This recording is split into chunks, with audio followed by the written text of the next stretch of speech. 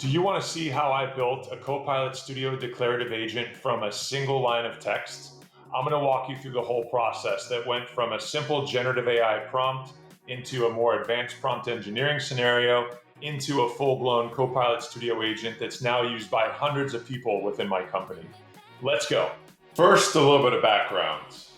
I'm a seller within my organization, frequently talking to customers, helping them understand our tools and technology. In fact, I'm a sales engineer, so I have to get very technical. And whether you're a technical seller or a non-technical seller, anytime you talk to a customer in any context, it's great to have background about that customer, who you're talking to, the business problems they're trying to solve, giving you context into how you're going to frame your discussion around whatever product it is. And before generative AI, I used to have a number of different ways to build that customer background and understanding. And one was obviously going to the web and doing a search on Hoover's or on the customer's investor relations site and pulling up their analyst reports and their financial results and compiling that into kind of like a dossier.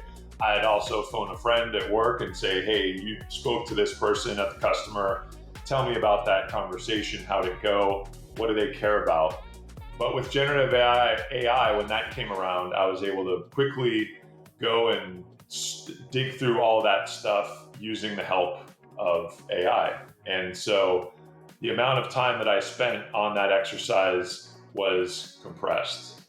And as I got more and more familiar with prompt engineering, I went from a single line prompt to a multi-line prompt to this Uber prompt, a great example of kind of advanced prompt engineering. I even presented it throughout my organization to many people to show them kind of a pattern, a best practice of advanced prompt engineering. So that was nice to share that with everybody. But then this whole agentic concept was launched and born in Microsoft 365 Copilot. With declarative agents, I was able to take that same advanced, highly formatted prompt and basically use a declarative agent as a wrapper for that prompt, where I was able to not only perform the research for my customer to get me prepared for that meeting, but I was also able to share that research and, in fact, share that agent with others in my organization. Fast forward about a year, and that agent has been shared and used by hundreds of people. Well, here we go. I'm going to show you how I went from a generative AI prompt like this, a single line. Let me go to Copilot chat. We'll go to office.com/chat. And we're going to perform this very quick prompt just to give us a background for a potential customer that we're speaking to. Give me a corporate backgrounder for the Walt Disney Company. Notice that I'm choosing web, so it's focused on just web research, so I can ensure that free Copilot chat experience is engaged. And I didn't give it any sort of context. I didn't give it any formatting. I didn't give it any sort of specifics in that prompt, but it did a really good job. So that's great. Thanks, Copilot, for that. But quickly, you'll discover that there are some specifics that you do want when you're prompting AI for this kind of thing. And so I will say the Walt Disney Company. So now I've given it a little bit more formatting. I don't want to make this all about just generative AI prompt engineering, but I do want to make it about some of the interesting things that you can accomplish that will better inform your declarative agent. That's really the focus of this. So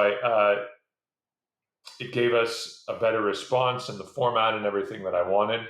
Now I'm going to show you kind of this Uber prompt that I created. And this one, if we go to a new chat,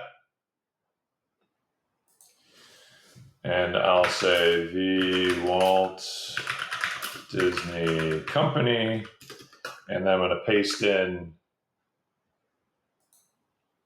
prompt there.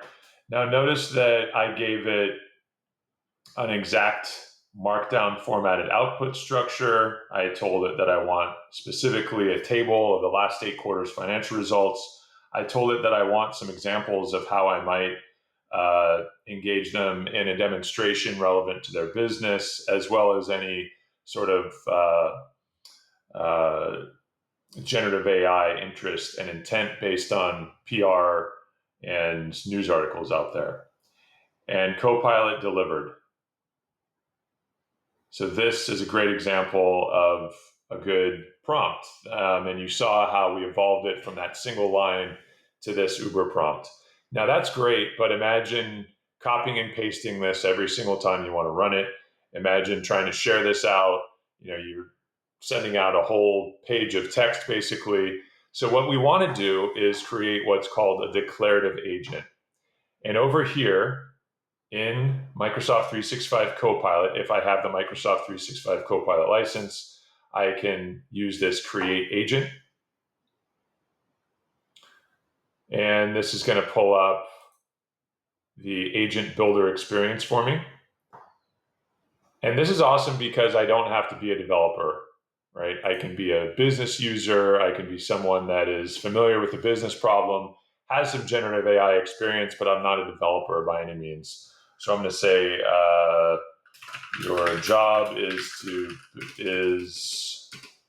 to build corporate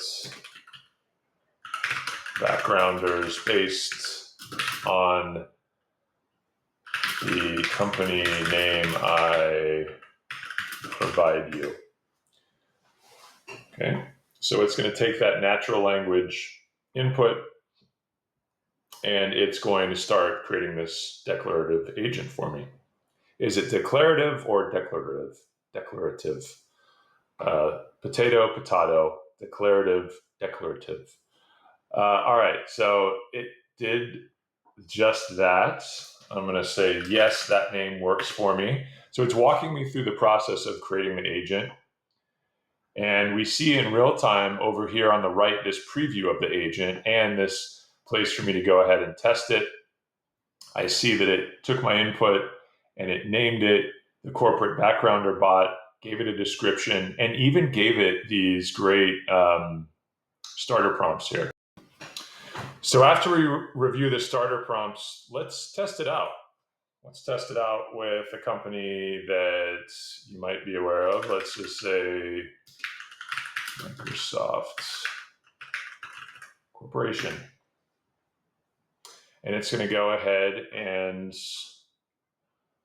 pull up that background research for this public corporation. And it's going to do it in the format that it thinks is most appropriate. But once we've tested it out, now we can go over to configure. Let's wait for it to complete here. Now we can go over to configure, and this is where we can get really detailed when we're creating our declarative agent. The other experience over here on describe, that just uses natural language, so it's taking your input and it's filling this stuff out. But now we want to do this ourselves. You'll notice that one of the things that I like to do here when I'm creating a declarative agent is to visually distinguish it.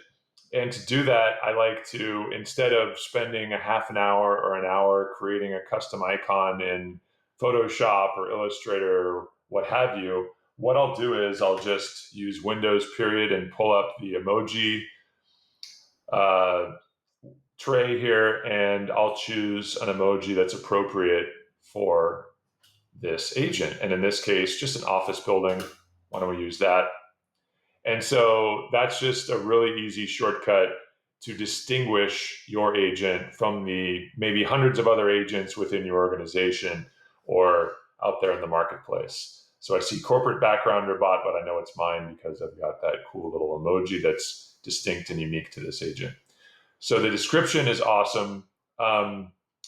It's what that describe experience built for us. Now, in the instructions, this is where we give it a persona. where we tell it exactly what its response should be and the format that it should be, you'll see that I already put my markdown formatted response template here, where I tell it about, hey, the financial performance.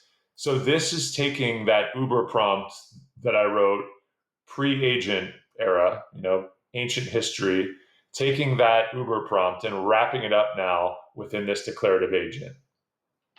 So the agent is now going to respond in this exact way that I tell it. All right, now beneath that we see knowledge, and this is where if I did have specific knowledge, maybe corporate assets and templates and other information, I could point the agent directly to those knowledge sources. In my case, I want to focus on web-based knowledge sources, so I'll leave this empty. I'll leave code interpreter and image generator unchecked because I don't need those capabilities.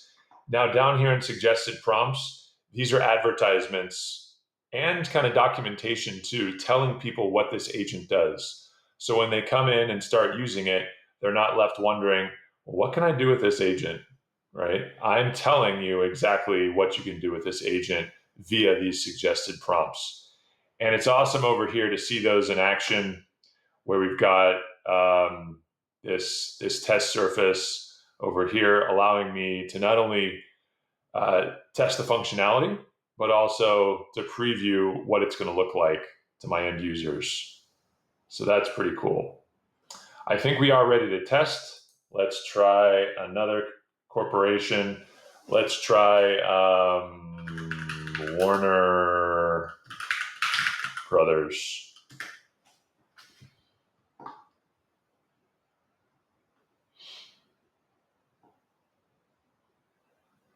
There we go. Warner Brothers Discovery, pre-divestiture, global media and entertainment conglomerate headquartered in New York. So again, this is using the exact template and results that I wanted to see. See the mission statement, and then beneath that, we'll see the financial results. And then beneath that, we'll see specific things that I like to do as a technical seller, namely demo things and have specific examples of what to demo and in what context.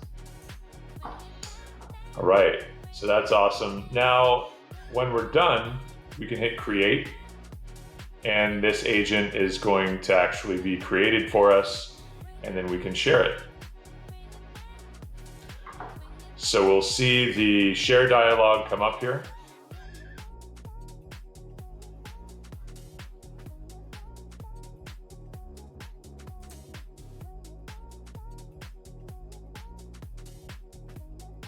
Just really, really slow.